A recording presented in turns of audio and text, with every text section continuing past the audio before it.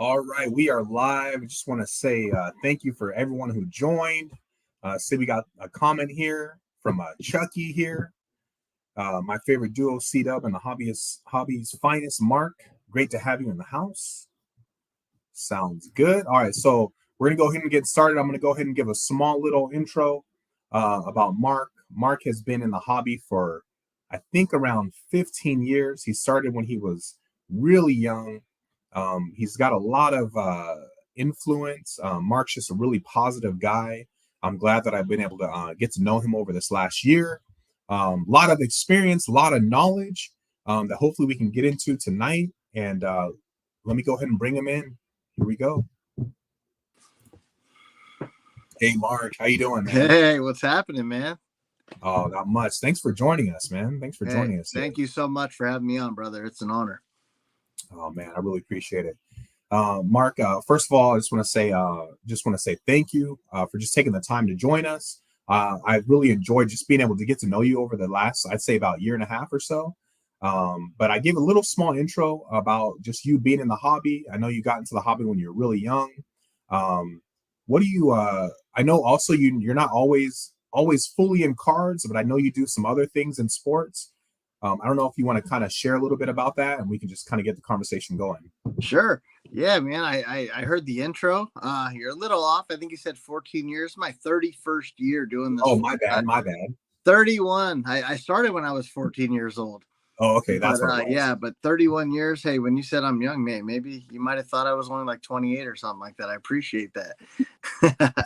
But yeah, like Cdub said, you know what? We don't only do cards. We have a sports marketing division of Ultimate Pastime, and we provide professional athletes for public appearances, whether it be an autograph signing, a public speaking engagement, anything like that. So it's been a wild ride, Cdub. That's for sure, man.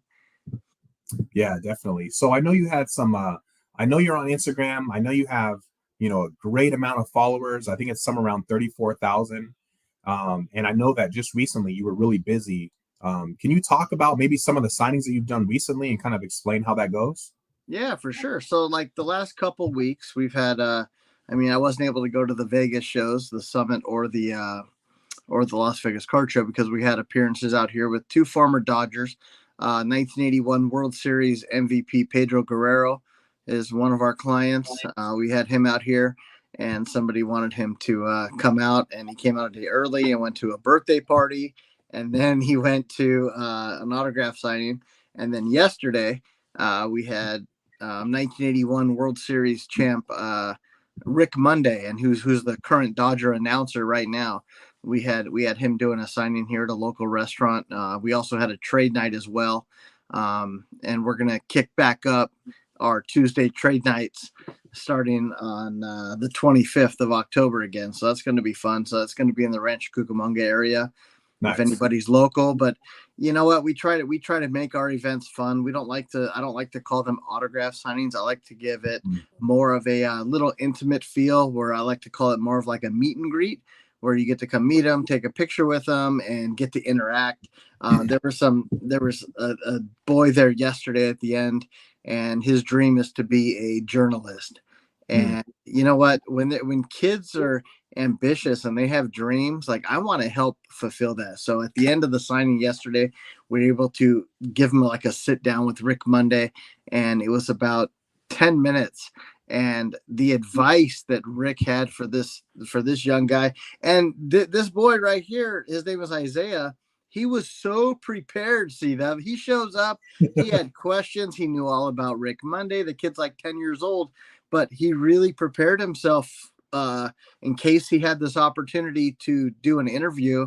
And we were able to help him make that happen. So, I mean, to me, that's such a good feeling, because I love helping people. I love, being able to do things like this. And when you get to see the final result and how excited he was, I'll send you a copy of the video. It's pretty awesome. Oh, that's cool, man. That's really cool to hear. So I know you've talked about that before, as far as helping out younger kids. Is that just something that you enjoy doing because you started at a young age, or what really goes into that for you? You know what? There's so many different reasons for that. I had some role models and some people who really influenced my life when I was that age. And I have a lot of friends that took different paths in life. You know, everybody takes a different path. They're still your friends, but you just take a different path. And I was lucky enough and blessed to have a few people who were a pretty big influence on me and helping me get where I am today in the business. That's awesome. That's really cool. So Mark, I know that there's different things that you also do that you are involved in. I know you mentioned and you talked about like maybe getting into antiques. I know sometimes you actually post different things. It's called Bolo, right? Be on the Bolo, lookout. be on Be the on the lookout. lookout.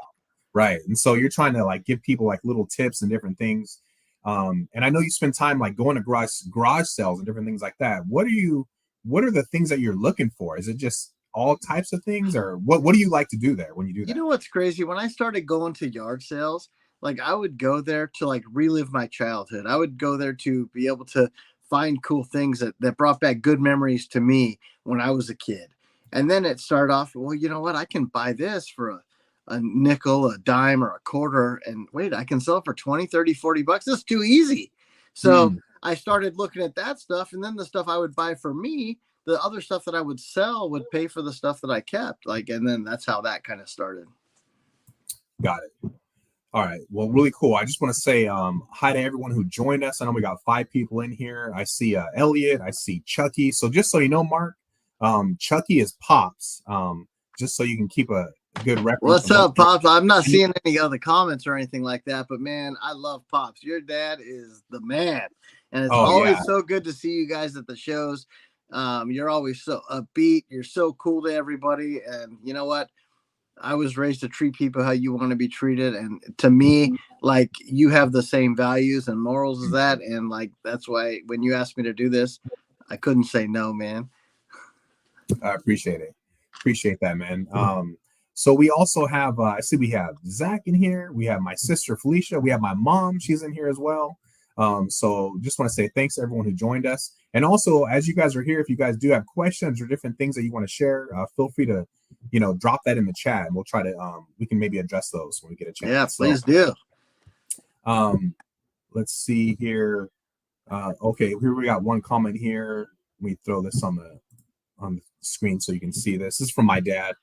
He's just giving you some respect here. Hey, much love, Pops. Much love. All right. So Mark, I wanted to talk about, I know that you talked about your sports marketing side of your business. What are some of the cooler, maybe different experiences? Because I know you've had so many. Like I know you've had some experience with Kobe. I know like in the back, I can see that Tyson signed that picture for you. I know I've seen some footage of you with Tyson. I don't know if you have like a couple different stories or maybe one that you want to share, just whatever Yeah, I comes to mean your mind. there are just some crazy stories. Lots of them I can share. There's a few that I can't share. Okay, Just okay. to just I to respect protect that. the other people. But no, it's a wild ride. And once you get to know these people, I mean, a lot of people always say like you never want to meet your hero. You never want to meet your idol. You never want to meet your hero. The people that I choose to represent may not always be the biggest name, but I Mm, want to represent the best people. So not the biggest, but the best. And to me, when you bring people in and you can give them an experience where it's like a little intimate meet and greet or something like that, to me that is worth more than anything, just seeing the joy in them getting to meet their heroes. And mm, I don't want to bring people in who are going to be a jerk to our customers, because that's a mm. reflection on us as well. And Right. the people that I want to bring in are the good guys. So it may not be the biggest name, but they're going to be the best people. Now, some stories that I have, like as you mentioned, Mike Tyson sitting back here. I Yeah. traveled with him for 2 years, 2011, 2012.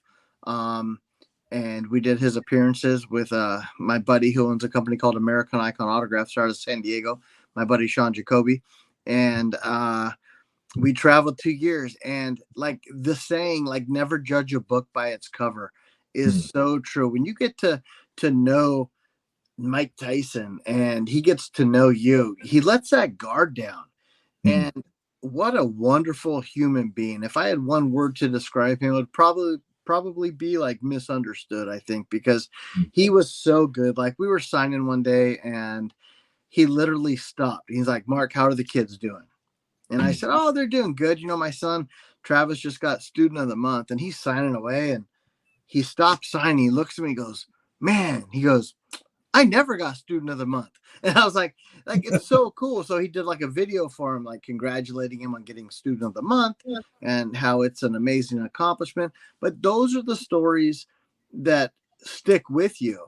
I mean, you're Mm. going to get the guys who are really difficult to work with. And when you're working with professional athletes and celebrities and entertainers, there are a ton of different personalities that you have to deal with. And that's something that you just learn how to deal with each individual differently, and that's part of my job. You got to change hats and you got to do this and become this guy to accommodate him, and like what he wants, you need to make sure it's there. And to me, I enjoy doing that because when somebody's my guest, I want to, treat them the right way, and I want them to continue to do work with us. So you kind of bend over backwards and you make it, the best you can for everybody. You make it the best you can on the talent that you're bringing in and the best you can for your customers. Nice. That's awesome. I think, one of the things I wanted to also talk about is because I know you talk about you talk a lot about how you treat people, right? That in the hobby, you definitely want to try to treat people with just kindness and respect. And you always talk about how that goes a long way. Do you feel like you're able to receive that from some of these athletes? I mean, as far as that kindness and back to you? Absolutely. Yeah. Absolutely. I would say 95% of them give them the respect that gives you the respect that you give them. Got it. Got it. That's awesome. So let's see. We have one question here. It's from my sister. Is Mike Tyson's voice really that high in real life? Yes, it is. All right. All right. It is. It is. That's funny. Okay, so speaking of Tyson, I did see that video. I know you do have a YouTube channel. I did see that video where Tyson met with Stan Lee. And I know that video got tons of views.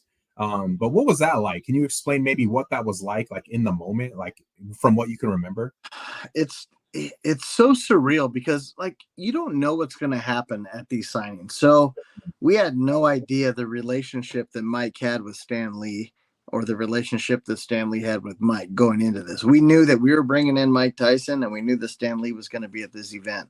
Little did we know that when Mike served his prison time, Stan Lee would send him comic books in Wow. prison. He's a huge fan of Marvel. Mm, And you never would have guessed that, and when they got right. together, it was just like two dudes chopping it up. They're talking like comic book talk. They're talking about life. They're talking about this. And like I said, sometimes you don't know where your day is going to take you. And that day, wow, I mean, it's still so surreal to have both those legends, in one room and just being there and able to capture the moment. That was in like 2011 or 12. Mm, So we didn't have like the high quality phones and all that stuff. I right. think that was on like one of those flip cameras. You remember those things? I think that's what I filmed that on. Really? Yeah. Like a Yeah, flip and phone I camera? uploaded it. I never look at my YouTube.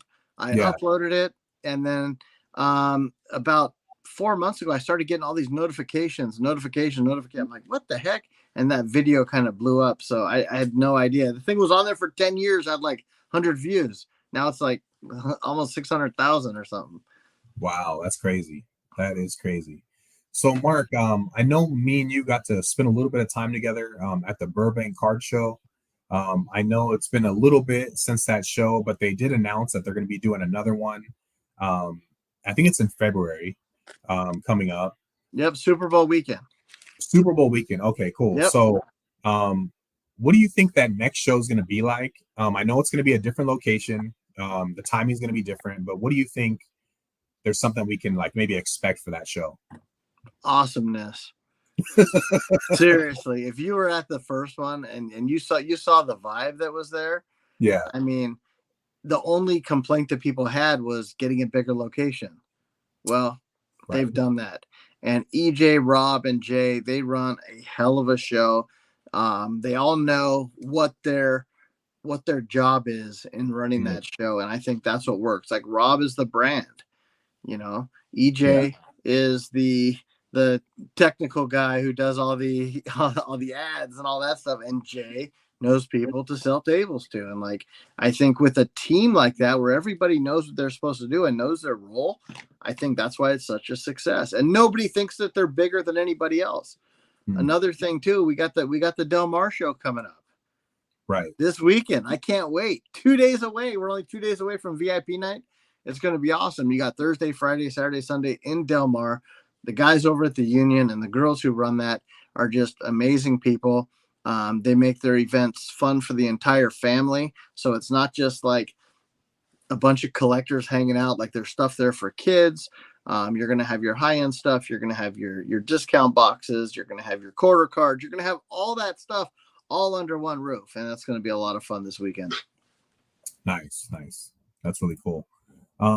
So what do you, I know, Mark, you spend a lot of time at shows, and I know this is kind of a topic that me and you have talked about maybe one-on-one.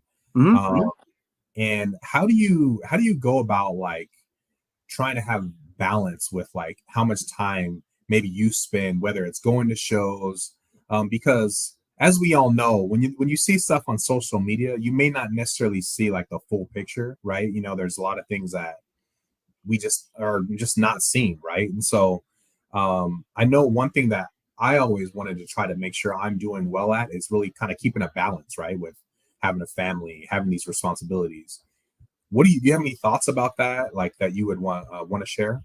Sure. I mean, I think having a balanced life is very important, and having that core, like my wife and my kids are very understanding of what I do, and they know that's my schedule, but I make time, and we do our family vacations, we do our trips, we do our getaways, we do our dinners at night. We do like we have our family time, and I think that's so important because there's no deal. I mean, these are cards. They're pieces of cardboard. Like, it means nothing in the big picture, in the big scheme of life compared to family, you know? And some people really need to learn that, because there's bigger things and better things in life than cards and collectibles. But if you have that balance and you have that good core and that good support team behind you, I think it makes it a lot easier. Hey, there are times, like you talk about the things that we don't show on social media. There's things that we don't show, that I don't show on social media, when I might drive 2 hours to a show and I'm there for 3 hours and I might not buy anything. But that's okay. That's okay if I don't buy anything, because I'm there. We're making our presence known. We're meeting new people, talking to people, building those relationships, which is so important in this business. So even if I didn't buy something at a show that cost me 5 hours of my day, who knows? That might lead to something in the future. So like, I don't look at that as like an L. I look at that as, you know what, hopefully something good's going to come out of that, you know, in the near future. Right. Now you talk about you talked about relationships and how important that is.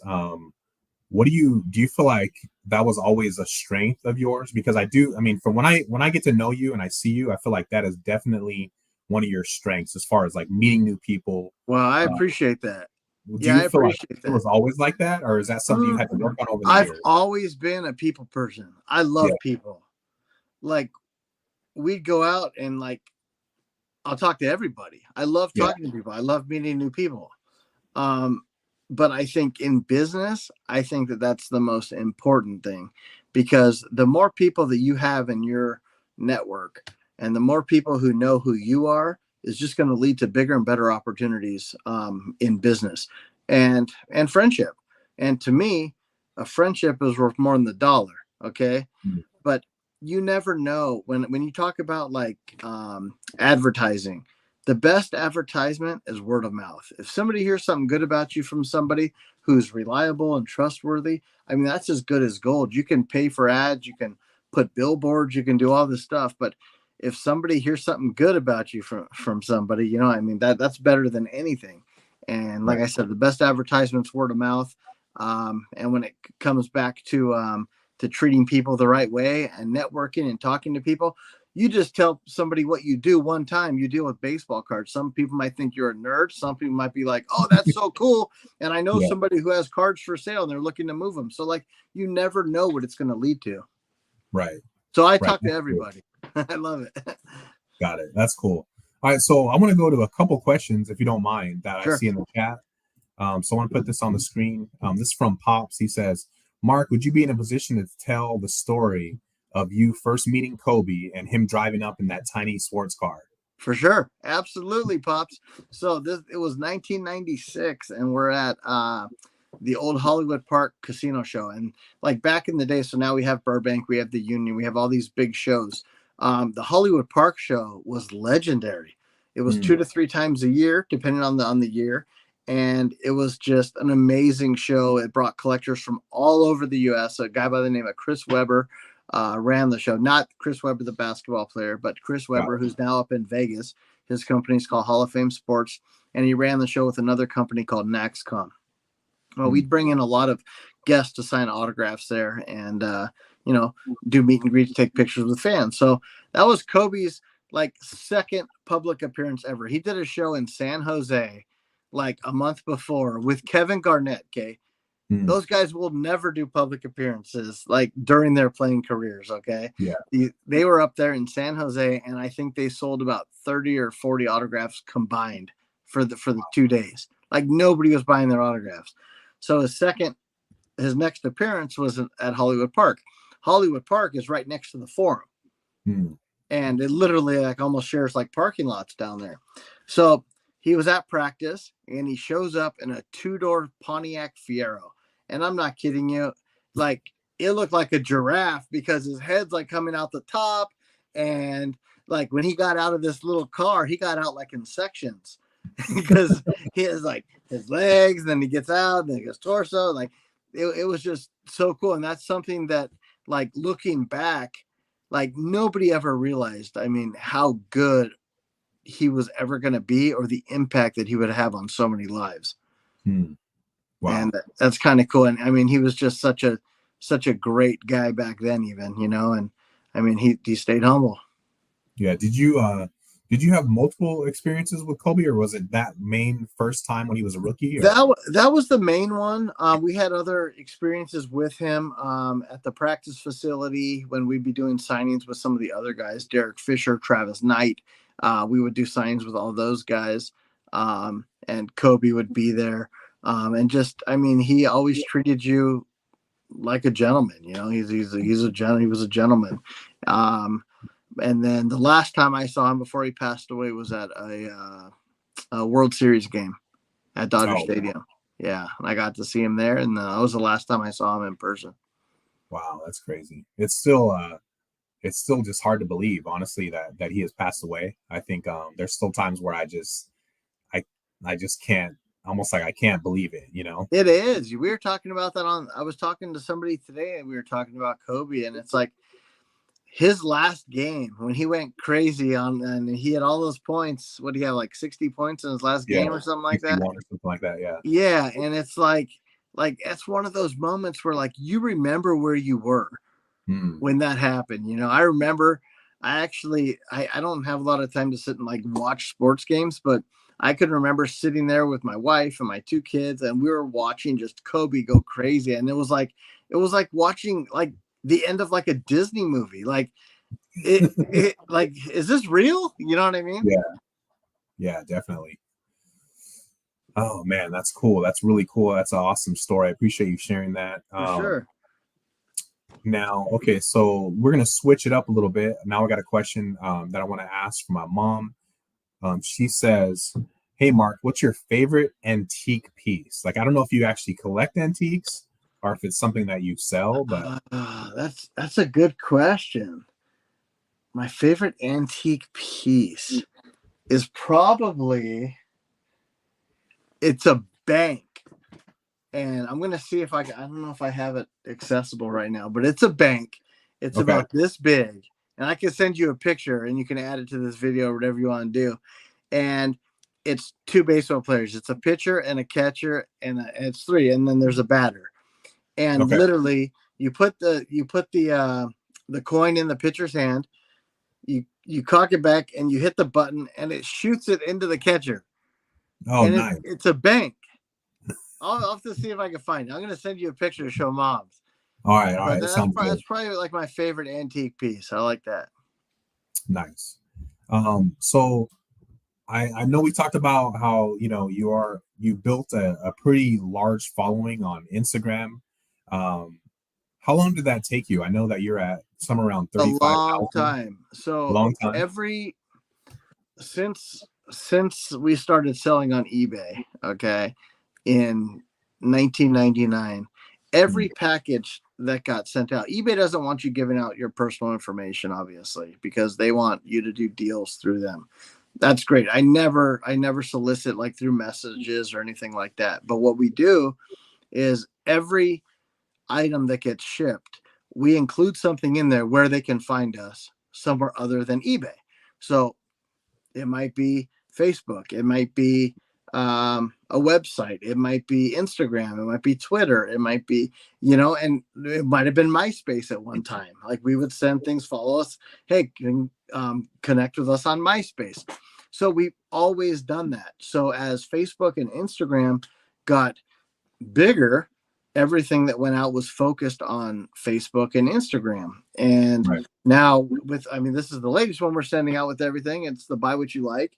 It has the follow us right here. And I think we've sent out nearly almost 50,000 packages since we've done eBay, and everything has gotten, so people can stay in touch with us and see what we're doing. Nice. So do you get a lot of people who contact you through Instagram? Like, and is there like a certain question or certain thing that maybe you hear a lot of, like, from a lot of different people? You want to know what I hear a lot of from people?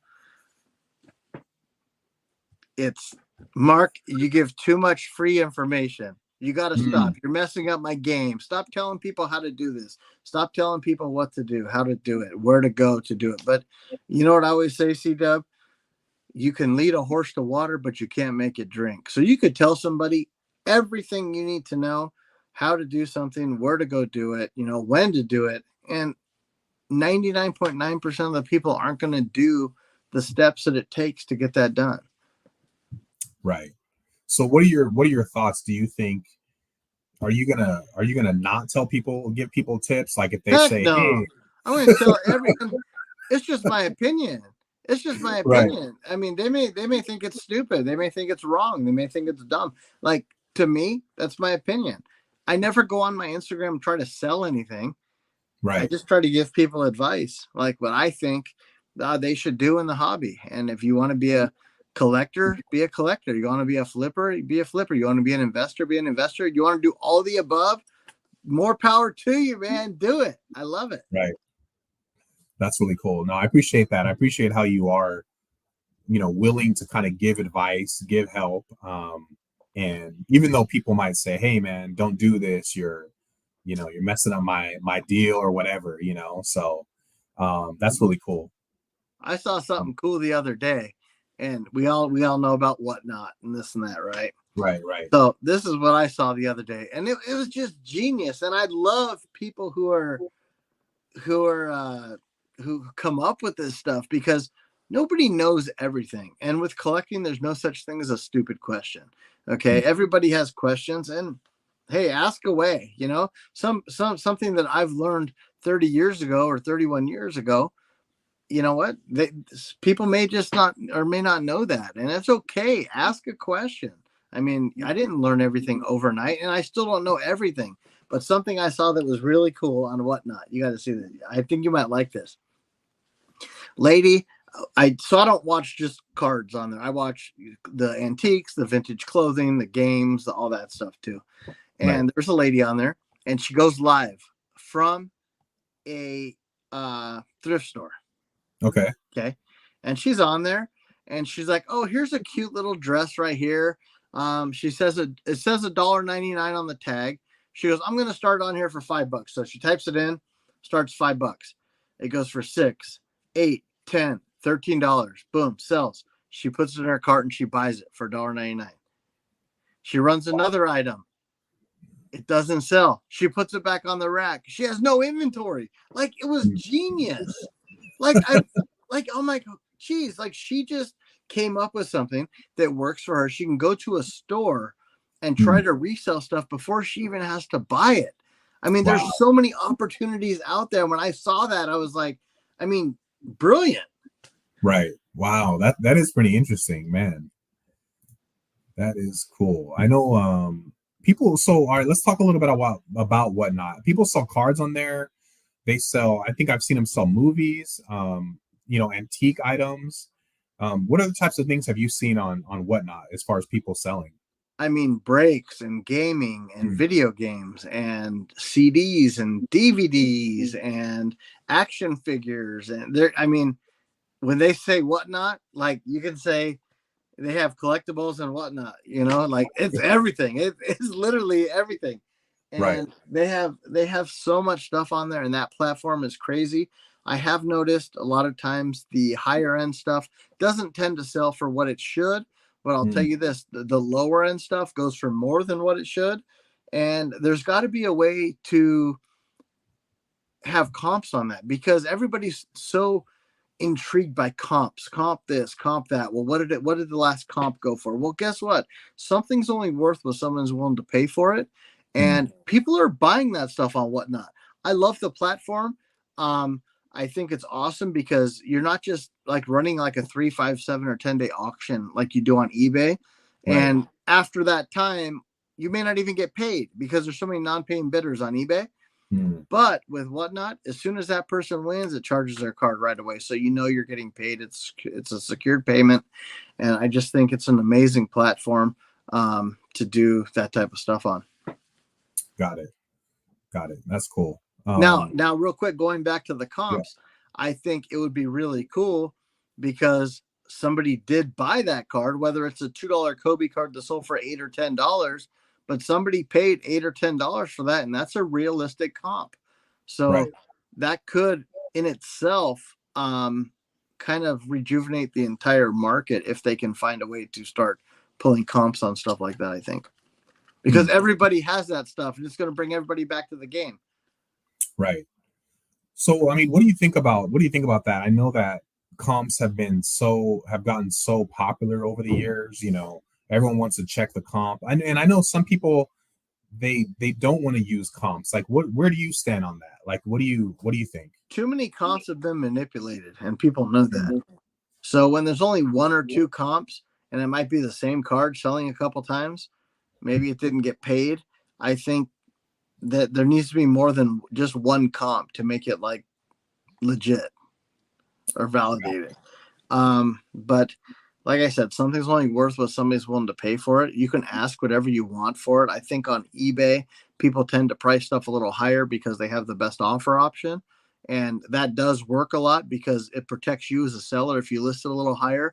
God forbid somebody passes away or they have a huge game, or it's performance based, so the stuff's going to go up. Well, you pricing it higher, you can always come off that price. It's hard, you can't go up, you can always come down. So it gives the seller the benefit of the doubt as to kind of protecting themselves for somebody having a really good game, or God forbid somebody passing away or something like that. And being performance based, baseball, they play so often, it literally changes daily. The market's going up and down like this every day.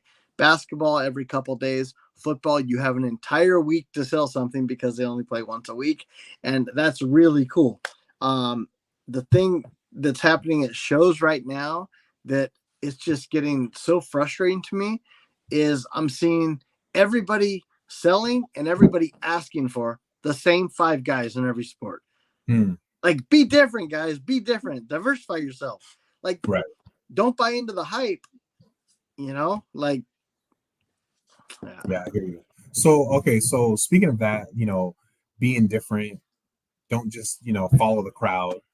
Are there other things that you do go after, or maybe you collect personally, that maybe aren't related to sports cards or memorabilia? Yeah. So like I talked about earlier, like starting off at yard sales and reliving my childhood, Yeah. like collecting is about like the memories. Mm. And to me, when I can go back and I can find something that I had when I was a kid, or that I couldn't get when I was a kid because my parents wouldn't get it, you know what I mean? Like Yeah. the memories that stuff has, the sentimental value is worth way more than any monetary value. You know what I mean? It's worth more than any type of money. And it might be something stupid. It may be a little, I don't know, like a button or a pin or a little McDonald's Happy Meal toy that just reminds me of like my childhood. And to me, like looking at that, it brings a smile to my face. I'll be honest with you, man. And I think that's what collecting's all about. So many people are caught up in how much can I get for this, or Mm. how much can I resell it for? You know, is it a good investment? Like when I say this, when I say buy what you like I mean that, because no matter what the internet tells you it's worth, if you like it, you're always going to enjoy it. It's going to have that sentimental value to you, and you're not going to have to check every day, did it go up, did it go down, and you're just going to put it in the showcase, you're going to put it on your mantle in the cabinet, and when you look at it, you're going to enjoy it. And that's what I think collecting is all about. So how can we help people to maybe get back to that instead of being so focused on how much profit can I make?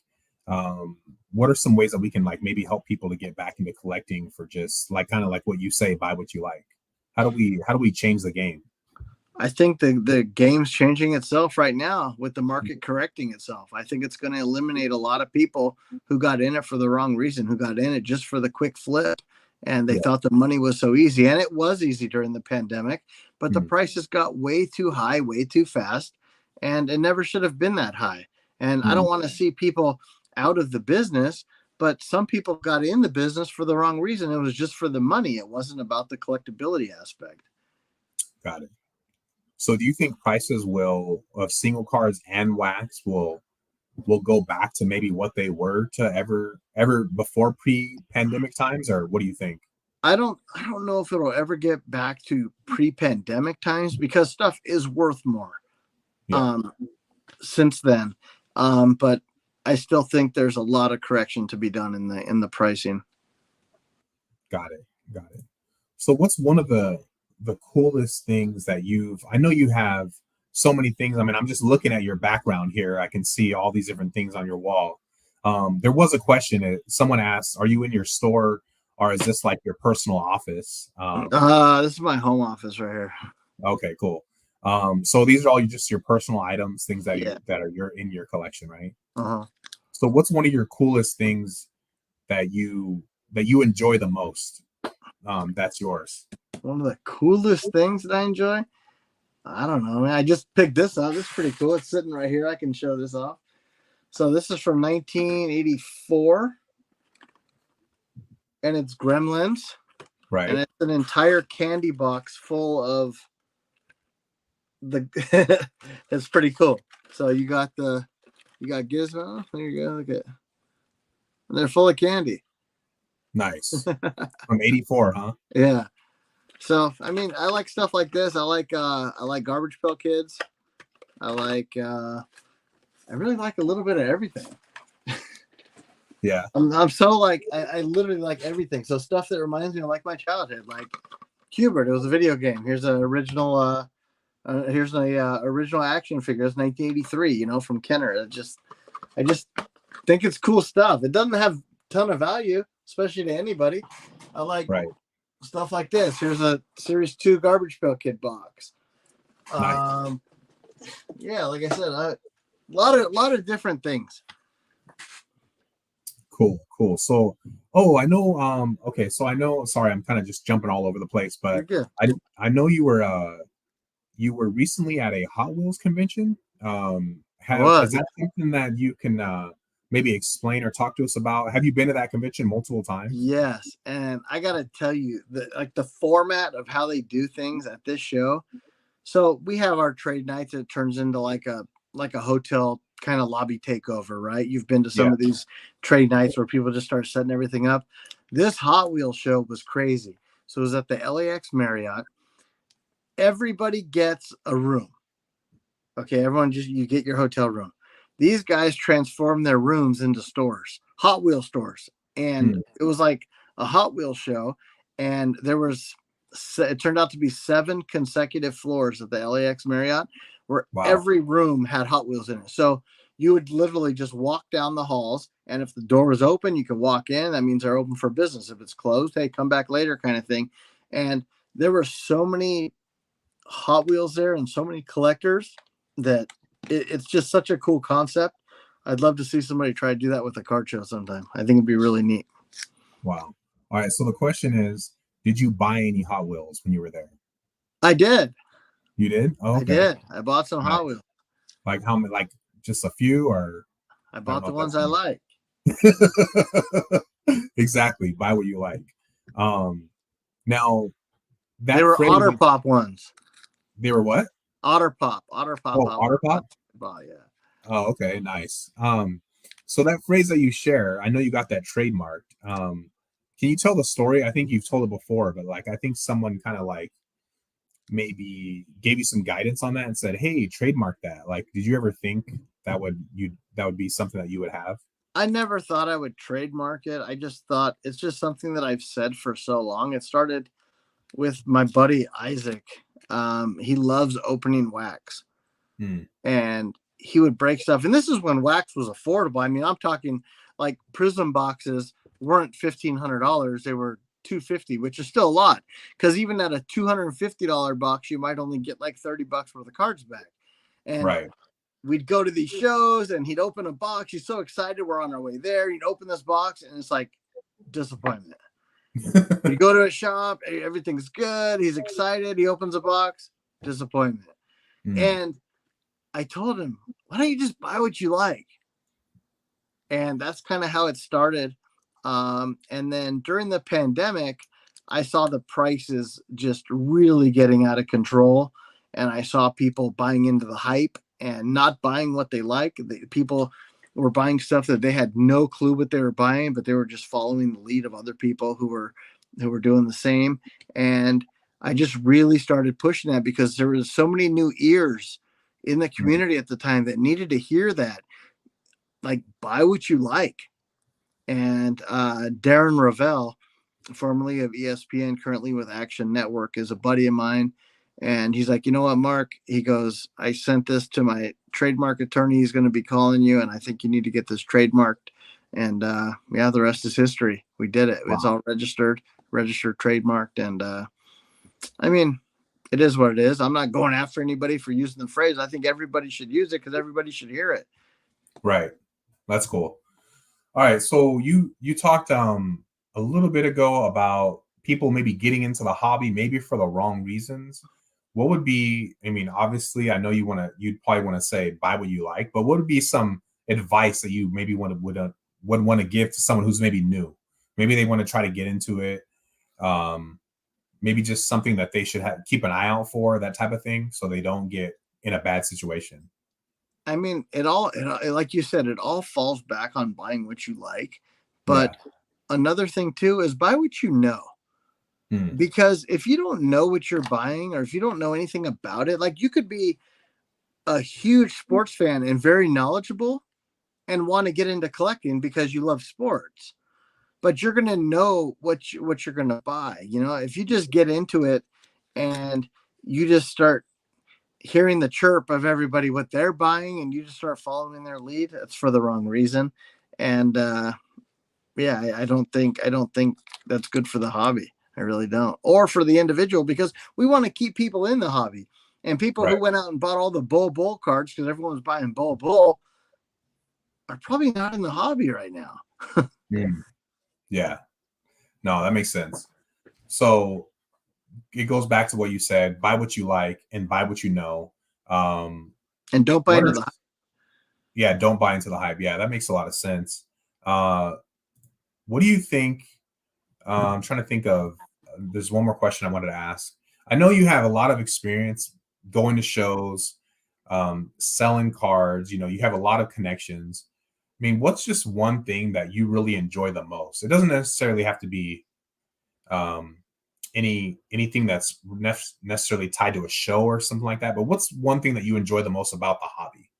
The people in it, everybody that you get to meet and know over the years. To me, that's worth more than anything, man. You have customers who become friends, who ultimately become family. Like, I have so many people in my life who I've met through this hobby, and it's been a wonderful ride. It really has. That's awesome. Well, Marc, I think I definitely just want to say thanks again, just for you taking the time. I know you're busy. I know you're really, really busy with the signings, and I think you said you had like a couple hours of sleep. So that's it. Last 3 nights, man. But hey, we got to do this for Cdub. I love what you're doing, brother. You and Pops and your mom, your sister. Hey, you guys have a wonderful family, and I thank you guys for everything as well. I appreciate it, man. Really, really appreciate that. Well, hey, man, thanks again. I look forward to connecting with you again. We're gonna have to do lunch again or something, or I'll have to catch you at one of these shows. So let's do it. Let's do it again soon. All right, man. I just want to say thanks to everyone who joined us in the chat and all the feedback. I really want to thank you guys again. Marc, you take care, man. Get some rest, and I'll talk to you soon. Thank you, guys. Have a good night. Take care. Take care.